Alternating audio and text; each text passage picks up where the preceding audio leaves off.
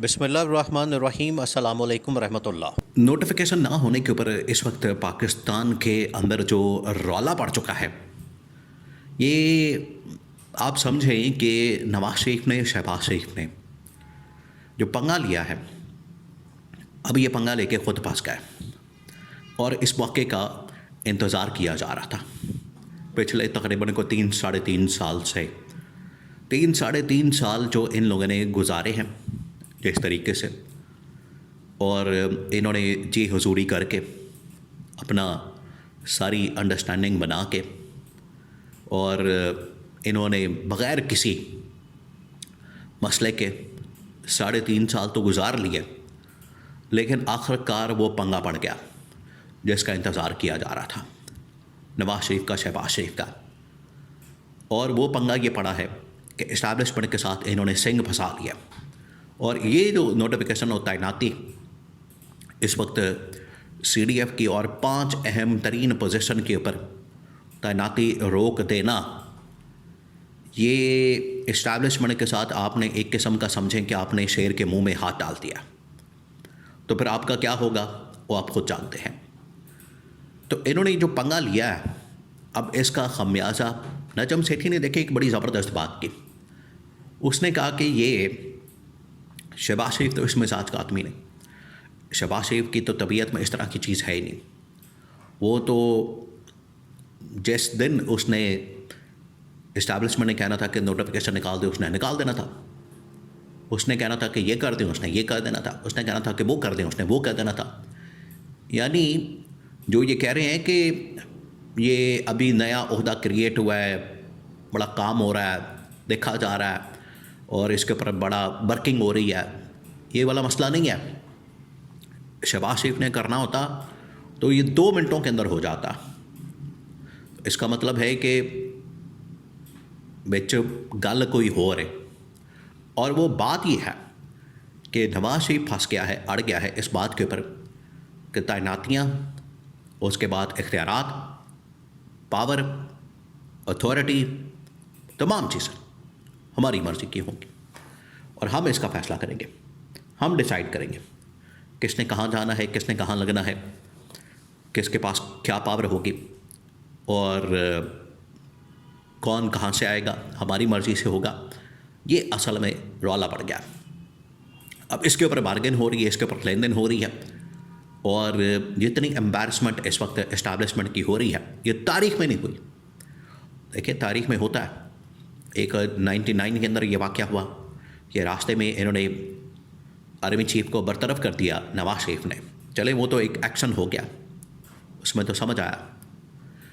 उस वक्त भी इन लोगों ने पंगा लिया, एम्बैरस किया, जलील किया जनरल मुशर्रफ को, और उधर इन्होंने अपने घर ही वज़ीर-ए-आज़म हाउस के अंदर ही बुला के DGI को, उस वक्त के जनरल ज़ियाउद्दीन भट्ट को आर्मी चीफ लगा दिया। वो सारा कुछ उल्टा पड़ गया, मुल्क के अंदर मार्शल लॉ लग गया। तो आज भी उन्होंने ये सिचुएशन तो बना दी है। बाद में इनको फिर भागना पड़ा, जहाज़ पकड़ के, फ़्लाइटें पकड़ के सऊदी अरब जाना पड़ा, लंदन जाना पड़ा, किसी और मुल्क जाना पड़ा। यानी इनको भागना पड़ा। इनके पास रास्ता कोई नहीं था, चॉइस कोई नहीं थे, इनके पास ऑप्शन कोई नहीं थी। तो ये फिर फरार हो गए, भाग गए, दौड़ गए। अब ये फंस गए वैसे ही सिचुएशन के अंदर। अब ये दोबारा से आ गए हैं। अब इनके साथ जो होगी, ये फिर इतनी आसानी से भाग नहीं सकेंगे। अब इनको भागने नहीं दिया जाएगा। अब इन्होंने जिस बंदे के साथ पंगा लिया, अब इन्होंने जिस बंदे के साथ ये सारा एम्बैरसमेंट वाला, यानी 6 महीने से तो बड़ा ज़बरदस्त चल रहा था, 1 पेज है, इकट्ठे हैं, जप्पियाँ पपियाँ, और एक दूसरे के हाथ में हाथ डाल के आ रहे हैं, जा रहे हैं, मुलाकातें हो रही हैं। 2 दिनों के अंदर ये पूरा मामला तलपट हो गया, पूरा का पूरा मामला ही बिगड़ गया और हालात ही बदल गए, वाक़यात ही बदल गए। अब सीन क्या बना? अब ये देखें, ये सारी की सारी गेम चली गई है इमरान खान के हाथ में, PTI के हाथ में है।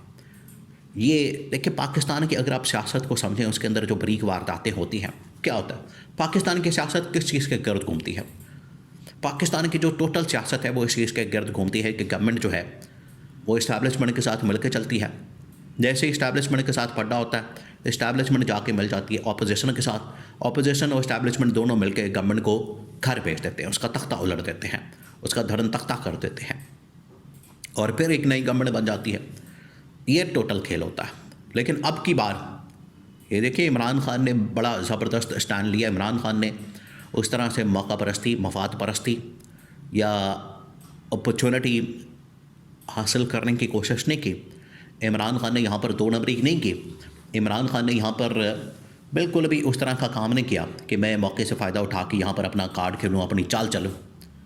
इमरान खान आज भी बड़ा स्ट्रेट फॉरवर्ड किस्म का आदमी और स्ट्रेट फॉरवर्ड किस्म के इमरान खान की लाइन। अब पहले आप इस बात को समझें कि नवाज शरीफ जो इस बात के ऊपर अड़ गया, अब बिल्कुल आए रोज़ नई नई चीज़ें सामने आ रही हैं, नई नई इन्फॉर्मेशन सामने आ रही है, नई नई बातें सामने आ रही। पहले तो मसला बना हुआ था कि CDF के ऊपर आर्मी चीफ लगेगा, आइंदा से फिर रोटेशन के ऊपर नेवी से, एयरफोर्स से, बाकी जगहों से लिया जाएगा। और नंबर 2 ये कि आर्मी चीफ, फिर उसके बाद जो डिप्टी आर्मी चीफ और स्ट्रेटेजिक प्लान डिवीज़न का सरबरा और DGISI ये हमारी मर्ज़ी के लग जाए। और फिर उसके बाद अब मसला बन गया NSA का भी, नेशनल सिक्योरिटी एडवाइज़र का।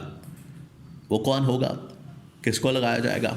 अब इसके अंदर हैरान कुन तौर पर एक नए शख्स की एंट्री हुई जिसका नाम जनरल नदीम अंजुम, साबिक DGISI।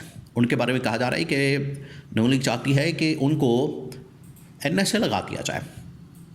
अब ये बिल्कुल नया नाम सामने आया। तो यहाँ से आप देखें कि हर रोज़, हर गुज़रते दिन के साथ, हर गुज़रते टाइम के साथ बिल्कुल एक नई डेवलपमेंट सामने आ रही, नई डेवलपमेंट। और उसमें अब नई नई चीज़ें, नए नए मामला। अल्टीमेटली ये चीज़ें अब जा रही हैं इमरान खान के हाथ में, इमरान खान के कंट्रोल में। क्योंकि नून लीग ने जो पंगा लिया, नून लीग ने जो इस वक्त मामला छेड़ा, उसमें अब चीज़ें बिल्कुल बदल गई हैं। इमरान खान ने जो वज़न डाला है वो इस्टेब्लिशमेंट के पलड़े में नहीं बल्कि सिविल गवर्नमेंट के पलड़े में डाल दिया। अब ये सिविल गवर्नमेंट को डिमांड रखनी चाहिए।